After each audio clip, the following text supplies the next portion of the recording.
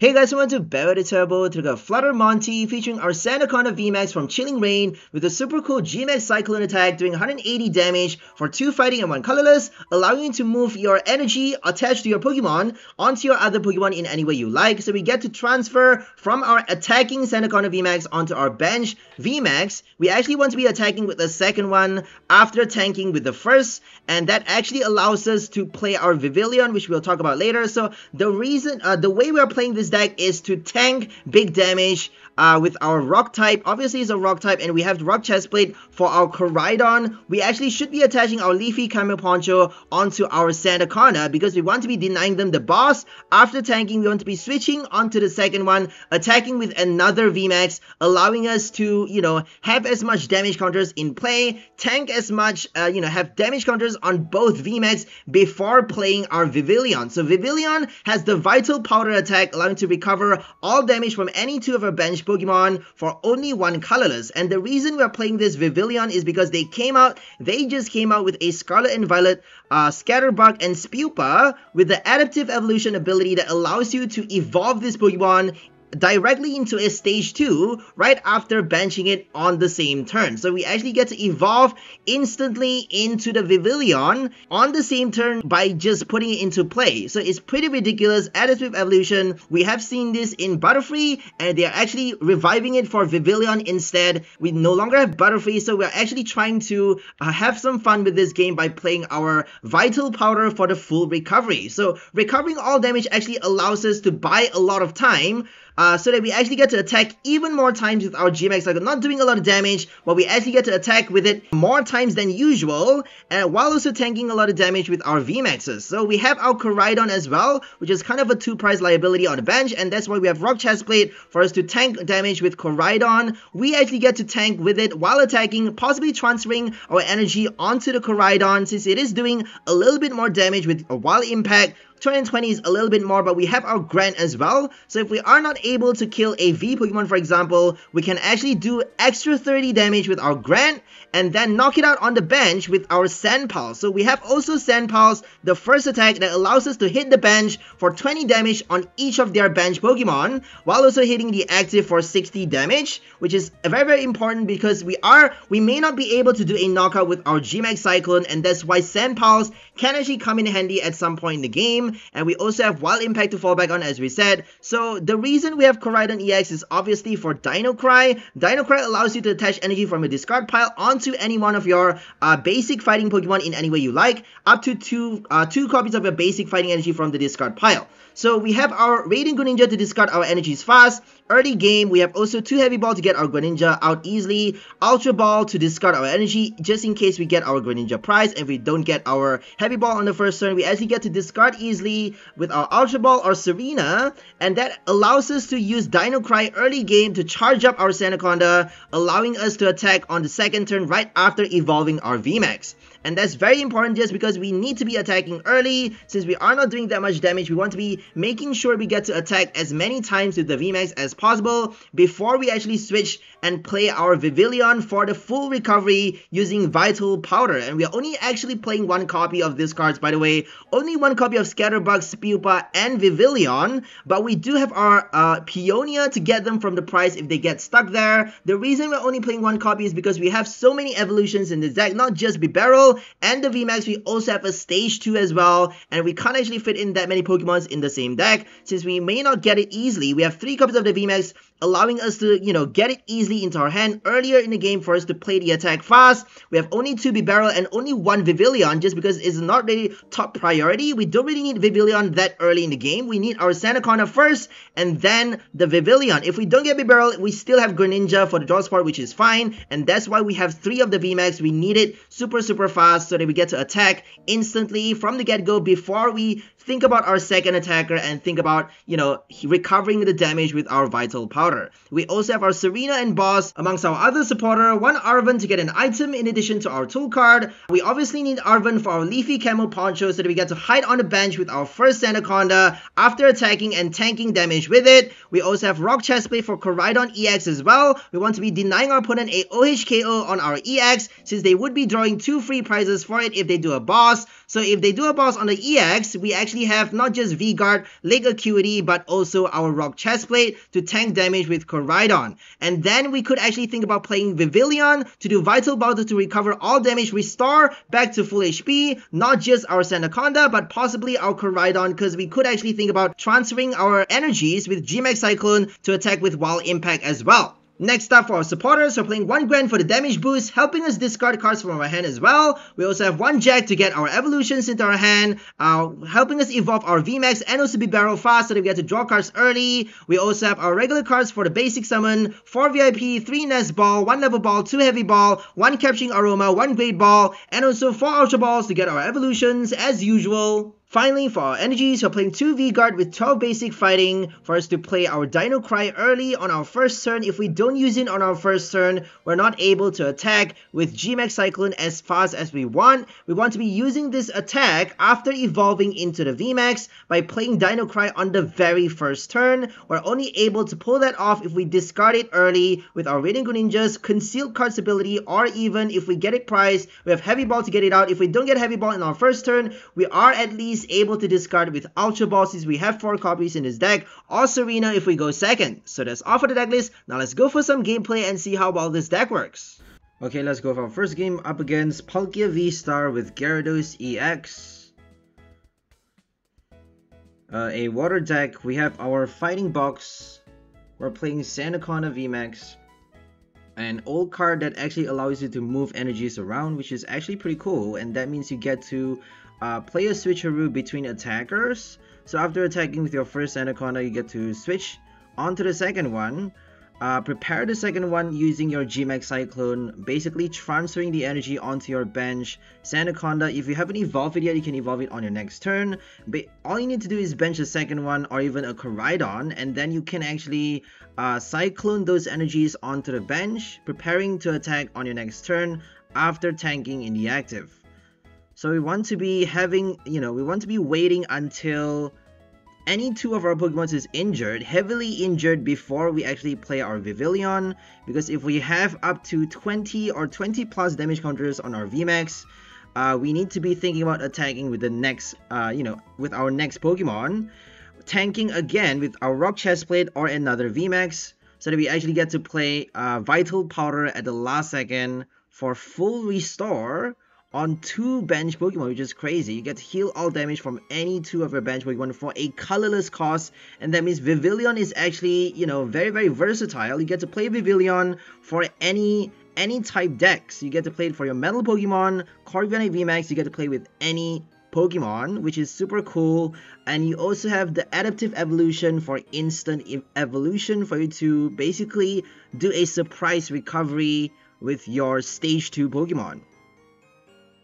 It's quite fun that we actually get to play this surprise evolution ability for a new Pokemon. We used to have Butterfree, obviously, for the Tricolored skill. We actually still get to play that, but we need a rare candy now.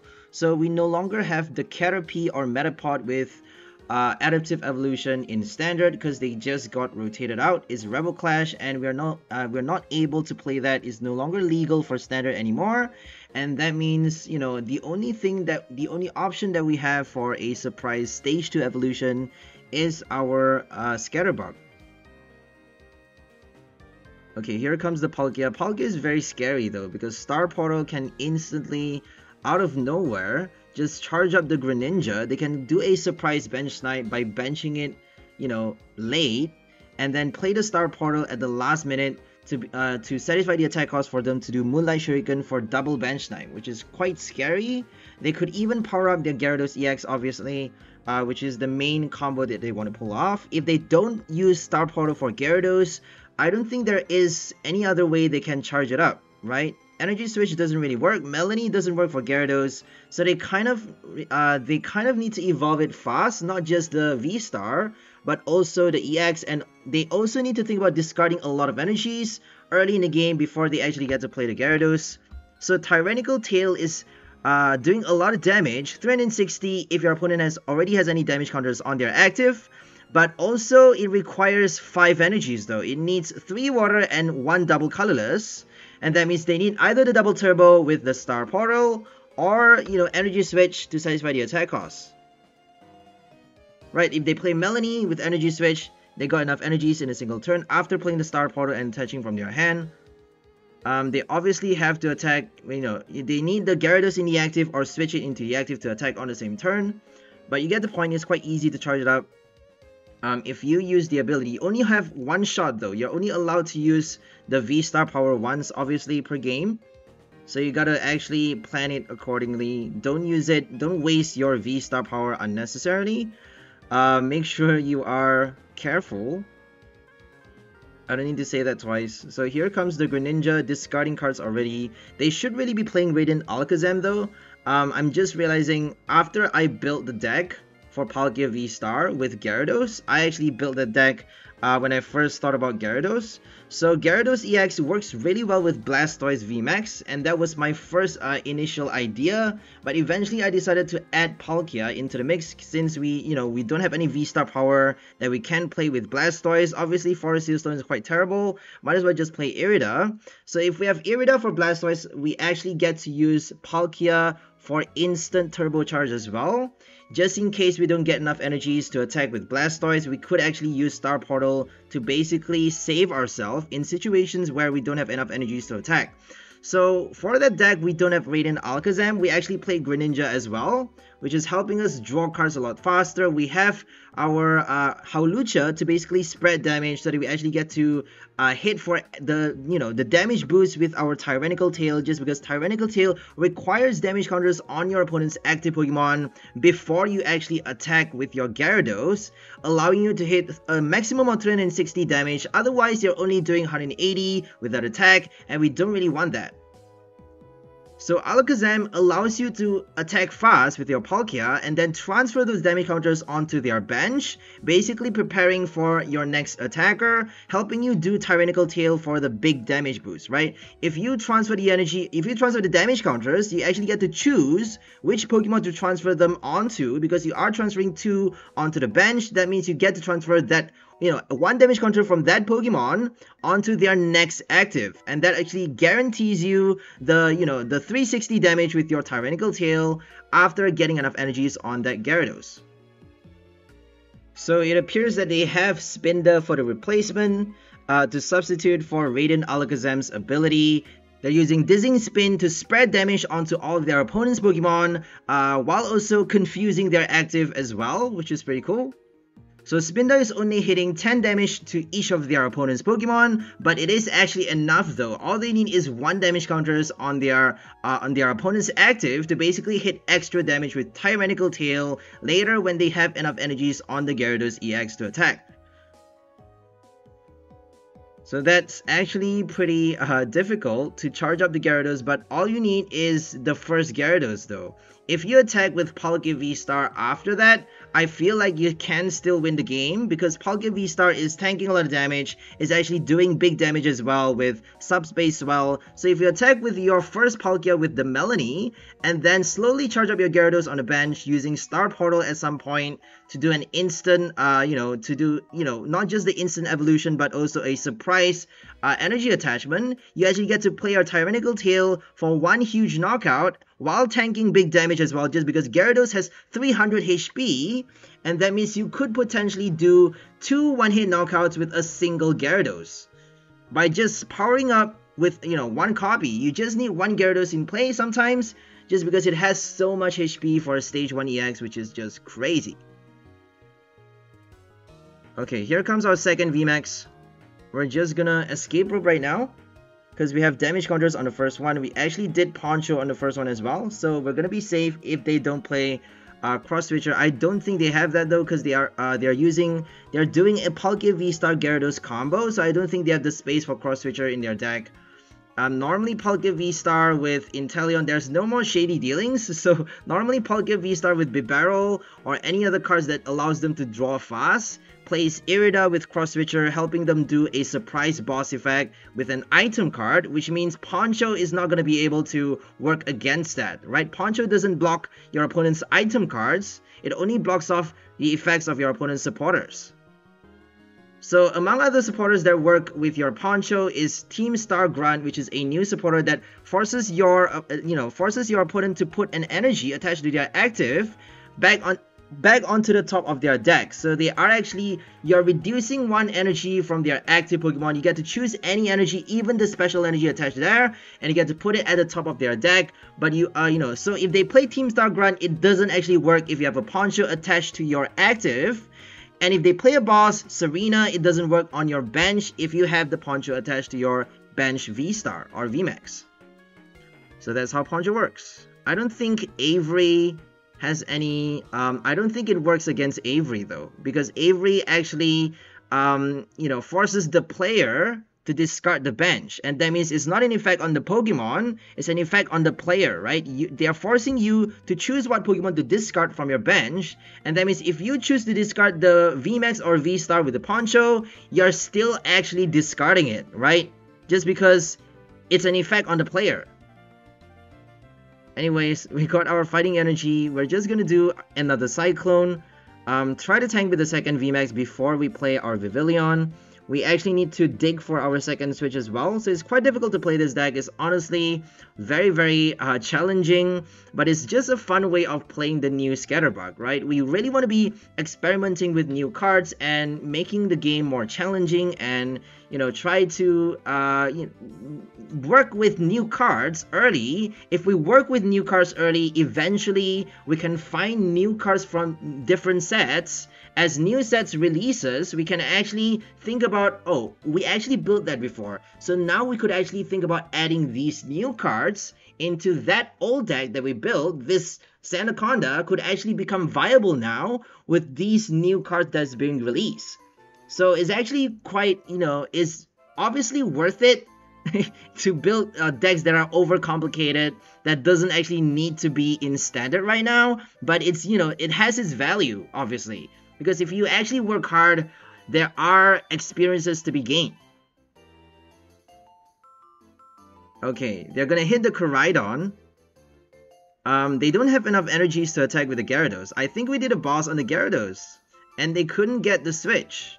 So we're actually blocking them, buying ourselves extra turns to hit with our GMAX Cyclone or even Sand Pulse. If we hit Sand Pulse enough times, we could actually lower the HP of the V-Star on the bench for us to do a one-hit knockout later on in the game. So we actually are not playing Grant for this game. This deck has a Grant for the final update, but for this game, we actually failed to include Grant into the mix just because we have an extra Serena, which is quite, is quite silly. Serena helps you target any V-Star on a bench or even VMAX, just because GMAX Cyclone is not doing a one-hit knockout, but Grant actually gives you extra damage, which could actually earn you the knockout anyways if you play Sand Pulse at the right time. So that's the reason we swapped out one Serena for a Grant, just because it helps us discard cards from our hand as well. If you have it in your discard pile, you get to keep on using the effect of that supporter card, which is a special effect no other supporter has, allowing you to discard any two cards from your hand and put that supporter back into your hand. And that means you are essentially discarding one card. One net discard allows you to draw extra one card with your Bibarel's Industrious Incisor. So it does count, right? That one extra discard. So here comes the Escape Rope. They finally got the switch. We're just gonna offer up the Sandaconda, obviously. Oh no, okay, we're gonna put forth the Greninja. I don't think we have any damage counters on the second one though. We are having full HP for the second Sandaconda. I'm not sure why we didn't put that. I guess we want to be attacking first before tanking. Maybe that's the reason why we went for the Greninja. So we have to attach the Rock Chestplate onto the Koraidon just because we need Poncho on both the VMAX. So this is actually a pretty weird deck that we are playing. It's quite difficult. It's very, very challenging just because V-Guard may not work if they play an EX. If they play, for example, Arcanine EX to attack to do big damage onto your Sandaconda, they could actually play like Choice Belt and also Rapidash. If they have one Rapidash and one Choice Belt, they are actually able to knock out. Well, they need two Rapidash though, don't they? Because 310 damage is actually not enough to knock out the VMAX. They need 320. So even then, it's not enough. So that's the reason we chose not to attach the Rock Chestplate. If we have Rock Chestplate on our active, we're gonna have to think about adding more switch cards, just because they could actually keep on bossing the same Sandaconda and hitting the same Sandaconda after we did our Vital Powder to recover all damage. They could just keep on targeting the VMAX, avoiding the knockout on the Vivillon. And if they avoid the knockout on the Vivillon, we are actually forced to do switch constantly every single turn back onto the Vivillon just to recover all damage all over again, which is actually quite silly just because we have not enough switch cards in the deck. And if we retreat, we lose all of our energy, so we don't really want that. Okay, we got our Grant for the extra discard. We got the extra damage boost as well, which is ideal against Palkia. But we actually played our Lake Acuity at some point. I think we have it in play right now. Is that a Gape Jaw? I'm not too sure. We have the Lake Acuity in play at some point, and we didn't realize that we are doing less damage on the Palkia, just because any Pokemon in play that has water or fighting energy attached is taking 20 less damage, and that includes Palkia with the water energy attached. I mean, how could I not see that? There we go, we actually did play it. We played the Lake Acuity. We have the Grant in the discard pile, so that's the good thing about Grant though. All you need to do is play it the first time, and then you can actually guarantee yourself 30 damage boost every single turn after that. All you need to do is, substitute the supporter with your Bibarel, and play your supporter for the damage boost. Use Bibarel for the draw support instead of playing Serena or something else to draw cards. So that's the power of fighting decks. Fighting Pokemon, Rock-type Pokemons have Grant for the damage boost. They have Rock Chestplate for the damage reduction. They have Koraidon for the energy acceleration. Koraidon is not really that powerful though at the moment, just because you are ending your turn. They are repeating the ability for Sword and Shield. For Scarlet and Violet from Sword and Shield, ending your turn with an ability kind of sucks.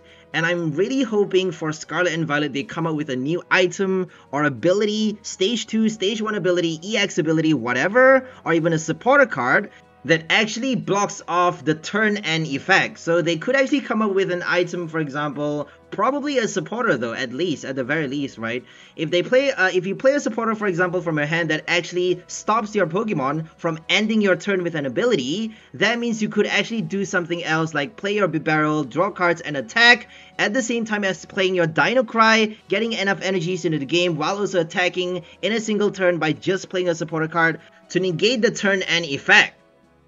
So that would be something to consider showing up, let's hope. If they have like a stage 2 EX ability, I wouldn't mind like having to evolve a stage 2 just to stop your Pokemon from ending your turn. That is just super annoying. I mean, ending your turn with a supporter card is quite terrible. With Bush Shake, Kati, there's the new Kati that actually forces you to end your turn. Shuffling your hand and drawing 8 cards, which is quite terrible. I'm not sure why you would be playing that unless if you're doing a control deck. I mean, that's just a terrible card. Nobody would ever play Kati for standard for an attacking deck. If you're not planning on, drawing prizes for the win, if you're not using a control deck, Kati has no value. It has no value at all. Ending your turn, come on. Who would use that? Nobody would use that. It's not functional. I mean, I don't understand Pokemon. Why would they come up with cards with cool, fun effects that doesn't actually work? Like, why would they just tease us like that? It's so fucking annoying. It's just frustrating that they couldn't just come up with something, anything to make that strategy consistent. To actually make that fun effect work in standard. At the very least decent, right? The consistency is just not there. There's no cards, there's no synergy, there's nothing that helps support that attack or that effect. That cool special fun effect, like for example the Pendulum Influence. There's a new Hypno that actually allows you to copy any attack from your opponent's Pokemon in play. But there's no more Glimwood Tangle. We have Blunder Policy for Hypno, but there's no more Tangle, and that means we're not actually able to control the coin flip, and that means we may not be able to do it. We may not be able to attack at all with the Hypno. We're not doing anything if we flip a Tails. How stupid is that? How terrible is that? It could mean that they are planning on reviving the old supporter Will. You never know, because Will from Sun and Moon actually allows you to control the coin flip. The first coin flip that you are flipping with the effect of an attack or the effect of an ability during your turn is actually a heads. You get to basically make it a heads for your first coin flip that you're flipping on your turn, only for the first one though. If you, for example, are flipping 3 coins with the effect of an attack like a Walk Trio, you're only able to control the first coin flip. You're not able to control the other ones. So that's the bad thing of Will, but actually I would say it's a pretty decent supporter, because flipping 1 coin, if you are playing an effect of an attack, for example like Hypno, you just need that 1 heads though. You just need that 1 heads for you to be able to copy any attack from your opponent's Pokemon in play, which would kind of be a little bit broken if you ask me, because all you need to do is attach 1 energy on your Hypno, evolve it, and you get to play a V-Star attack. You get to, not a V-Star power attack obviously, but you get to attack with the, using the V, you get to copy a V-Star Pokemon's attack, you get to copy an EX attack, you get to copy anything in your opponent's field for only 1 psychic cost, which is insane. And I think just because of that, they may not actually revive Will as a supporter in Standard. You never know though, they may actually do it, but I feel like even if they do, it wouldn't be that early in the format, just because they normally feature new trainers from Scarlet and Violet, the new trainers from the VG for supporters in, recent sets, the, very first early sets of the generation. They want to be featuring new trainers. But honestly, you could never say though, just because they came up with Skyla for Rebel Clash, which is a reprint of the old Skyla back in X and Y, Black and White if I'm not mistaken. It's a really, really old supporter that allows you to search for any trainer, only 1 copy and put it into your hand. Anyways, back to the game. Let's focus on this one. Right now we're up against a Lost Box. They have Dragonite V as well. With Mirage Gate, so we're expecting them to do big damage on the VMAX. They could actually pull off a bench snipe with Greninja at the last second, so we have to think about playing the Manaphy at some point in the game against the Greninja bench snipe. So sorry about that, I got a little bit impatient because Comfy is mad annoying, yo. Playing the Flower Select every single turn, if they choose to delay the game, there's nothing you can do, right? Because choosing the top 2 cards of your deck honestly isn't easy. Like sometimes you have, for example, 2 different energies at the top card and you don't really want to be losting either one of them. If you lost either one of the energy, it would be bad. If you lost your Pokemons, for example, like your attackers, it would be terrible as well. So losting cards is not a good thing. But you are actually drawing a lot faster than your opponent. You are, speeding through the deck and getting a lot of cards into your hand with your Colress as well, which is a big plus. So there is ups and downs for Lost Box, but I feel like, there are way more ups than downs, obviously, just because Lost Mine Sableye is still pretty undefeatable. And that's the reason we built an Espeon VMAX deck for the last video. We actually did pull off our Solar Revelation to basically block off Sableye's ability, Sableye's effect of attack with our VMAX ability. So using Psychic Embrace, God of War EX actually allows us to attach energies, Psychic Energy onto our Psychic Pokemon, spread all of those energy onto all of our Psychic Pokemons in play, while having our Solar Revelation to basically guard all of our Pokemons from effects of attacks, just because that ability only works on your Pokemons that have energies attached. If your Pokemon does not have any energies, Sableye actually still gets to hit them with damage counters, obviously. So be very careful with Espeon's ability. You have to read the fine lines and make sure you don't miss anything.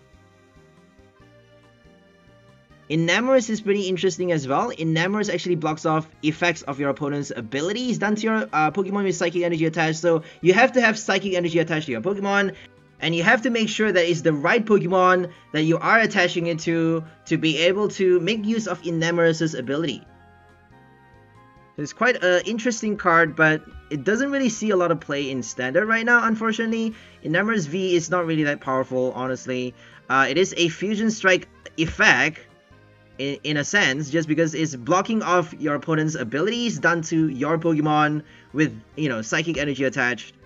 Kind of the same thing, isn't it?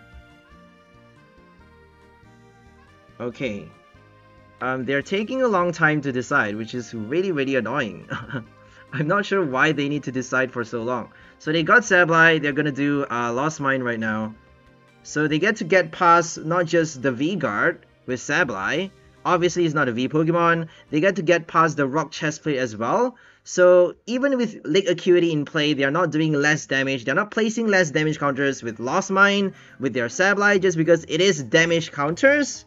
And that means they get to bypass the effect of the tool card, of the stadium, of any abilities, which is pretty cool, isn't it?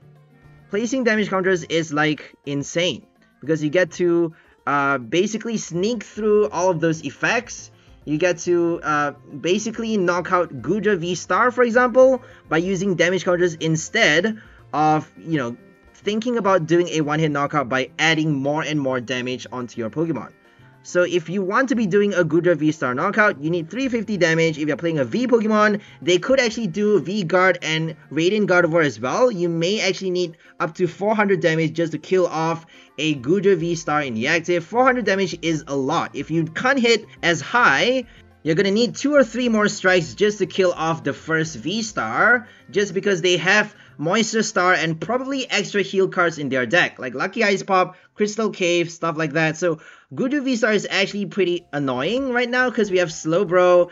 We actually built that deck in one of our previous videos. If you guys want to check it out, just filter, search for Slowbro deck, and you'll see Goodra V-Star with Slowbro playing Radiant Serena and also Emergency Jelly. So for that deck, we actually don't have Radiant Serena, but you could think about adding Radiant Serena for extra recovery, just because Slowbro is actually allowing you to move damage counters from your V-Star in the active onto your bench Slowbro, and you actually get to recover, you know, with your Picnic Basket, and also Freshwater, you know, 30 damage from not just your V-Star but also the Slowbro on the bench. If you have 2 Slowbro, you get to recover up to 60 damage after tanking and reducing damage with your Rolling Iron.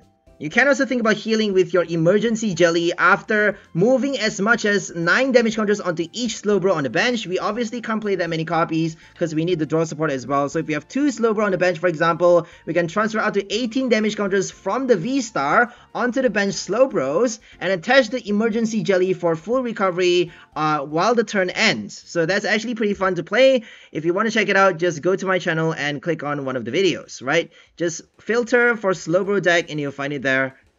It's one of my best performing decks. We even have our Alolan Vulpix in the mix to basically counter Gardevoir EX, Miraidon EX, for example. If they can hit big damage with their Pokemons, we have our Alolan Vulpix to basically prevent them from doing any damage on our V-Star if they play nothing but Pokemon with abilities. Coming back to the game, we got our Ultra Ball for the discard.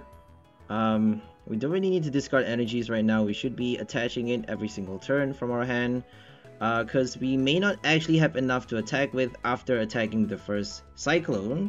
We need to be attaching from our hand constantly, just because we only get to play Dino Cry on our first turn for a one-off ability, just because you are ending your turn and you want to be attacking after you know, using the ability once. If you play the ability a second time, you could actually destroy your entire game, just because you are wasting one entire turn just to get 2 extra energies in a game, which is honestly not worth it.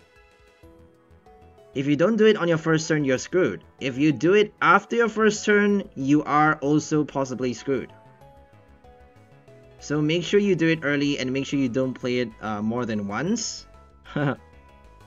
If you have no choice though, sometimes it's the best decision, because we have Poncho with our Sandaconda VMAX. We could actually hide it in the bench while getting enough energies on the second copy, denying them the boss on the first VMAX. Obviously, we can't actually attach the basic fighting onto our VMAX just because it's an evolution. So Dino Cry only allows you to attach onto your basic fighting Pokemon, And since the Sandaconda is not a basic Pokemon, we're not allowed to attach energies with Koraidon after evolving. So make sure you're aware of that. Make sure you be alert. And remember that Koraidon's ability doesn't work on evolutions. If you play it at the wrong time, you're actually forced to attach it onto the Koraidon itself, just because you have no other fighting Pokemon, basic fighting Pokemons in play but the Koraidon. You may actually use it, for the wrong attachment. So be very careful with that ability. It is quite terrible, honestly. Not only are you ending the turn, you're not only forced to end your turn with Dino Cry, you're also, forced to attach only to your fighting Pokemons. Basic fighting, how terrible is that? Like, why is Miraidon so powerful and Koraidon just unusable? Why? I don't understand this game. I don't understand Pokemon. Why are they making Zacian such a good card and Zamazenta just unusable for standard? It doesn't make sense. Why can't they just make the game more balanced? I mean, it's so frustrating. It doesn't make sense. Come on. So we got Bibarel to draw cards. We're just gonna think about benching our second Sanda. If we can switch between two Sandas, that would be great. But we may actually fare better thinking about charging up our Koraidon. We actually have enough energies to attack with it as well. So might as well just think about getting the Rock Chestplate for our Koraidon to attack with it. And then switching back onto... If they play the Dragonite, they can't actually kill off the Koraidon though. Because Choice Belt is not actually going to hit extra damage on the EX. So Dragonite is only doing 250 damage. 250 with Dragon Gale is actually not enough to kill off the Koraidon with one hit if we have the Rock Chestplate attached to it. If we have the V-Guard on our Koraidon as well, it would be even better. Dragonite is not able to do a one-hit knockout on our EX or VMAX. And that allows us to play Vivillon. We actually have our Vivillon on the bench right now, which is super cool. We get to play Vital Powder at some point in the game for max recovery. Just waiting for damage counters. So, Lost Box is pretty scary just because they can do Surprise, Moonlight Shuriken, they can play Lost Mine at any second. Pretty fast, they can lost 10 cards quite easily. With Colress and Comfy is actually a turbo. They can quite easily play Sableye by their second or even third turn. Probably their third turn though. I don't think it's that easy to play on the second turn. But if they can lost enough cards with Lost Vacuum, they could actually do Lost Vacuum as well. Playing stadiums like Beach Court, they could lost 2 extra cards from their hand and also from play to basically get up to 10 cards in the Lost Zone for them to play Lost Mine on the second turn. So Sableye is just a force to be reckoned with, isn't it? It's just wreaking havoc on standard right now and nobody could do anything.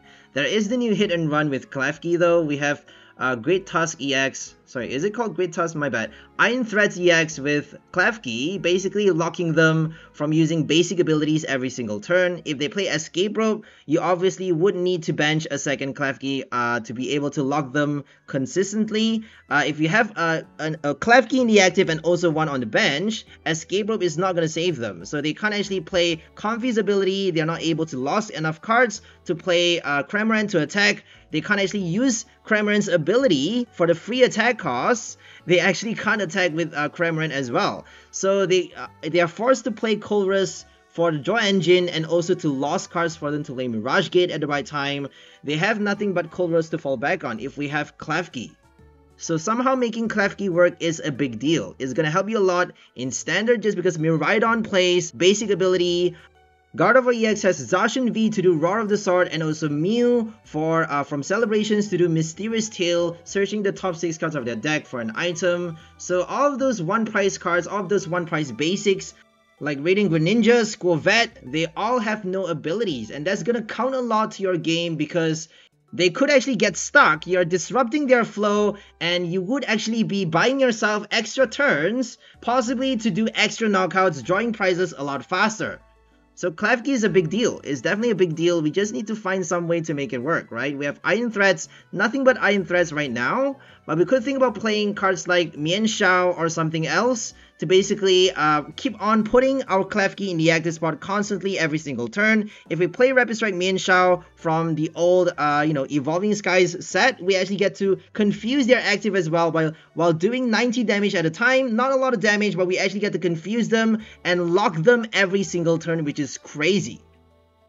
And there's even going to be a new Mimikyu that actually prevents all damage done to it by your opponent's EX or V Pokemon, which is crazy. It is kind of a reprint of Miltank, except better for the new standard EX version. And that actually is a crazy control card on its own. Is actually doing not a lot of damage, kind of the same as Miltank, is placing 7 damage counters for 1 Psychic and 1 Colorless, while having an ability that blocks off all damage done to it by your opponent's EX and V Pokemons, which is insane. So I think I'm just gonna end the voiceover right here and leave you guys to focus on the game. I hope you guys enjoyed this one. Today we're featuring our Vivillon Scatterbug combo using Adaptive Evolution to max evolve our Stage 2 Pokemon from Battle Styles, using our Vital Powder at the last second to recover up to full HP, 2 VMAXs on the bench after tanking with our Sandaconda 2 copies in a row by playing our Poncho to hide on the bench and attacking with the second one. We actually get to tank with 2 VMAXs in a row and then switch onto our Vivillon to do Vital Powder, recovering all damage from those 2 Pokemon. So we even get to play our Rock Chestplate on our Koraidon and attack using Dino Cry to charge up for the energies early game, and we get to transfer the energy with our GMAX Cyclone onto our second VMAX, or even on the bench Koraidon if we are confident enough to attack, if we are confident enough that the Koraidon won't get knocked out with 1 hit. If we play our V-Guard, transfer the V-Guard onto the Koraidon, we could actually deny them a 1-hit knockout on the EX. While attacking with Wild Impact, we actually get to recover damage using Vital Powder on not just the VMAX but also possibly the Koraidon. So that's all for this one. Hope you guys enjoyed it. We'll see you next time. Have a great day and bye for all the people. Enjoy life.